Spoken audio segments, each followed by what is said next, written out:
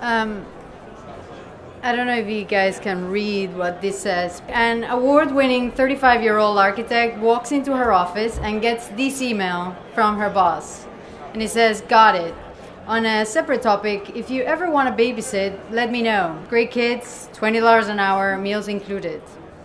It sounds like the start of a joke, right? And I guess it is a joke.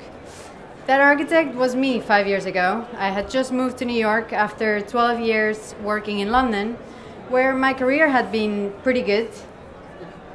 I was enjoying my job, but I wanted more control and more ownership over my buildings. I wanted to move to real estate development, but without fully giving up architecture. I had read online that in the US, in particular in New York City, there were a handful of integrated firms that combine architecture and development. So I packed my bags, I put everything that I own in storage, and I came here to try and get a job with one of these firms. The first thing I noticed was that while job hunting was the further I moved from the creative side of the business, like the architecture, interiors, and the closer I go to the financial side, the less women I encountered and the more male-dominated the environment was. I had been working at this office for a few months when I received the babysitting email.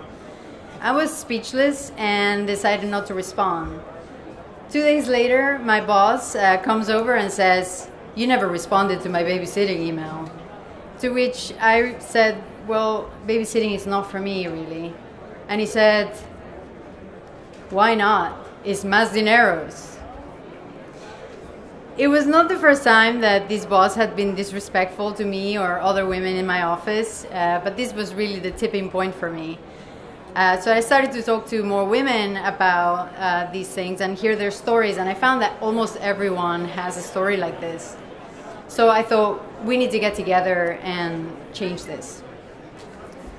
So I founded the RedF Club to create a network where women in real estate could share experiences and provide advice to each other. The club is a professional organization for women involved in all the aspects of real estate development and finance. So like we have women in acquisitions, development, investments, law.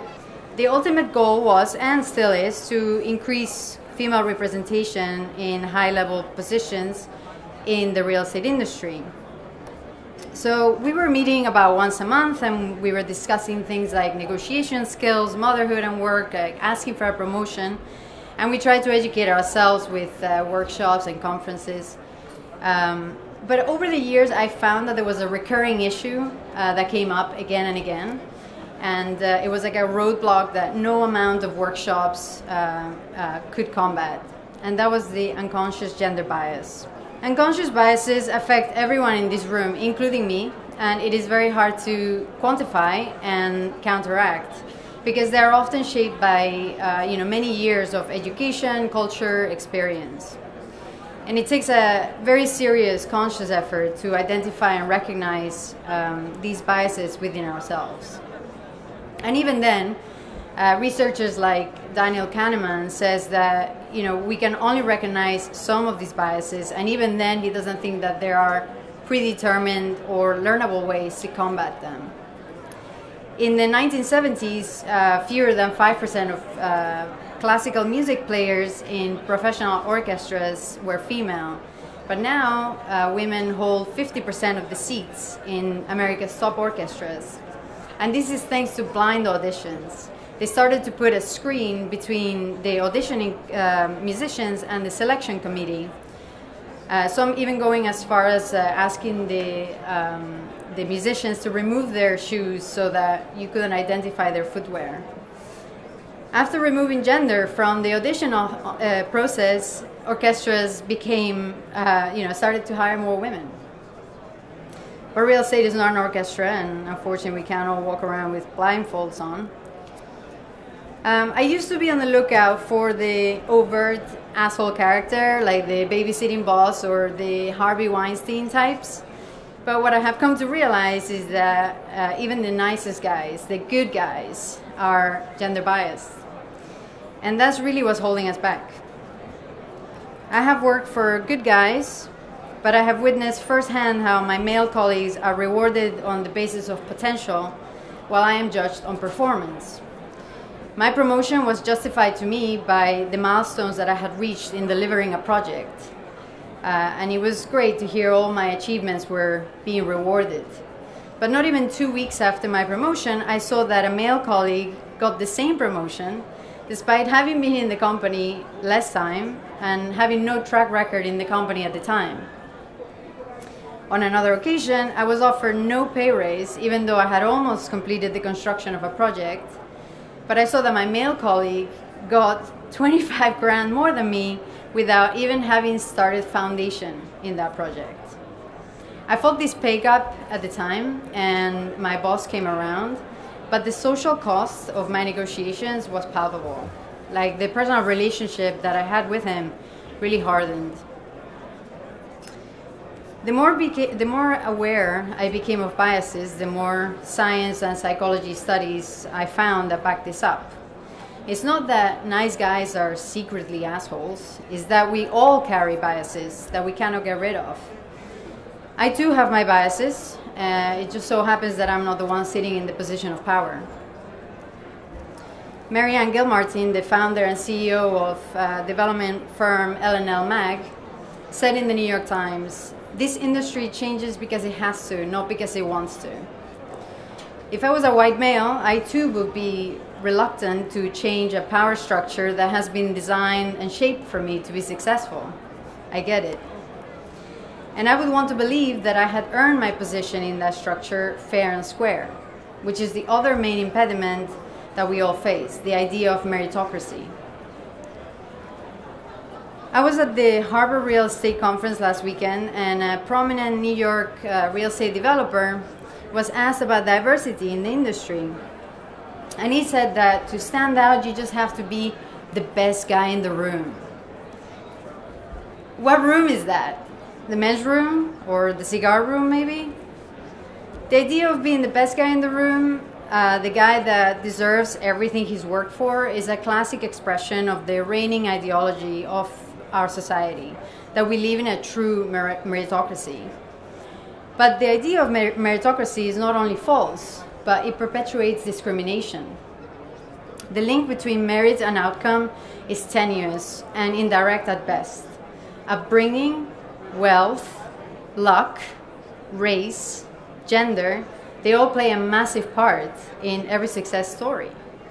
Psychology and neuroscience studies suggest that believing in meritocracy makes people more selfish, less self-critical, and less inclined to examine their own behavior for signs of prejudice. This is because they convince themselves that the world is just and that other people's failures are just signs of their personal defects. So this is what we're up against. Unconscious biases that are extremely difficult to overcome, and a general mindset that makes the recognition of prejudices even harder. And I believe these things are here to stay. So our response needs to be different. It can't be learning negotiation skills or going to leadership workshops. We need to do something more radical. I was talking about entrepreneurship to an Asian female business owner and a white male employee at a real estate investment firm in the city. And the white male expressed to me his desire to start a business, but he described how his well-paid, comfortable job was hard to give up. I picture this guy with a red carpet rolled out in front of him, and all he has to do is walk forward.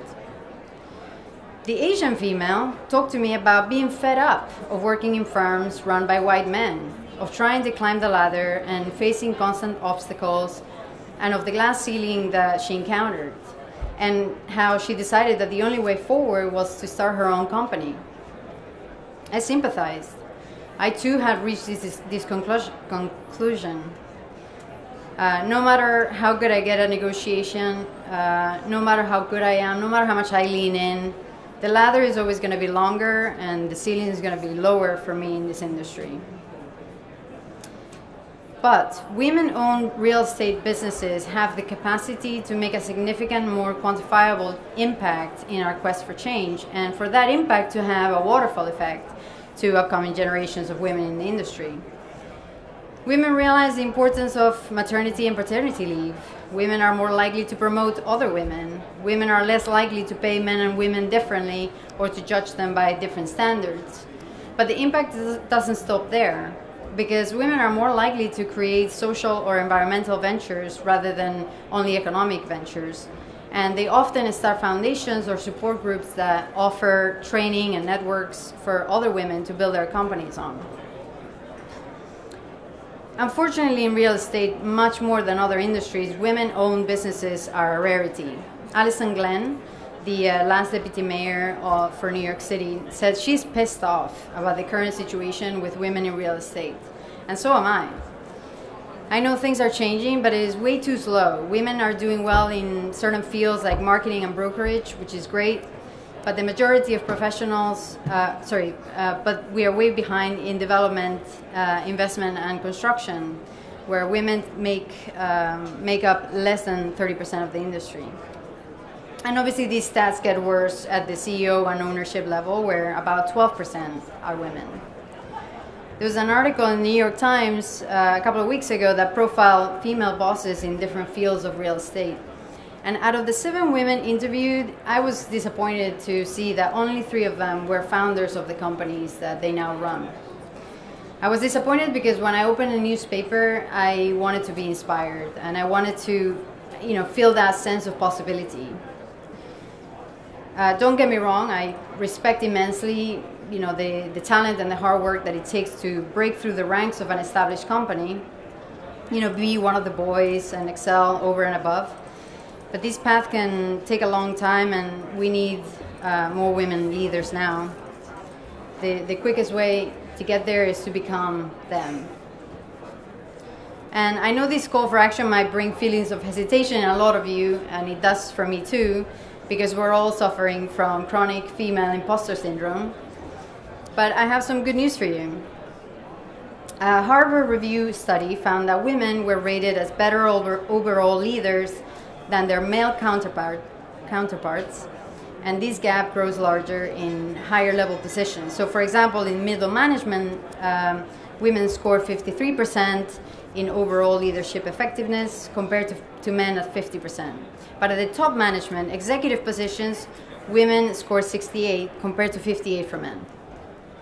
What is most outstanding is that women rank higher in 2 particular categories: taking initiative and driving for results, which have long been thought of as particular male strengths.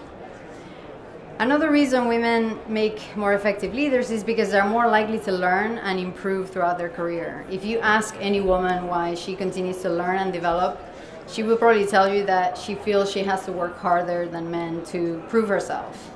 And this makes us highly motivated to take feedback to heart. The irony is that these are fundamental behaviors that drive the success of every leader, whether they're man or woman. More women in the workplace is also good for business. A study done at MIT showed that teams with mixed gender are more productive and creative. And the Peterson Institute for International Economics carried out a survey of 22,000 companies that demonstrates more female leaders in top positions of corporate management correlates with increased profitability of these companies.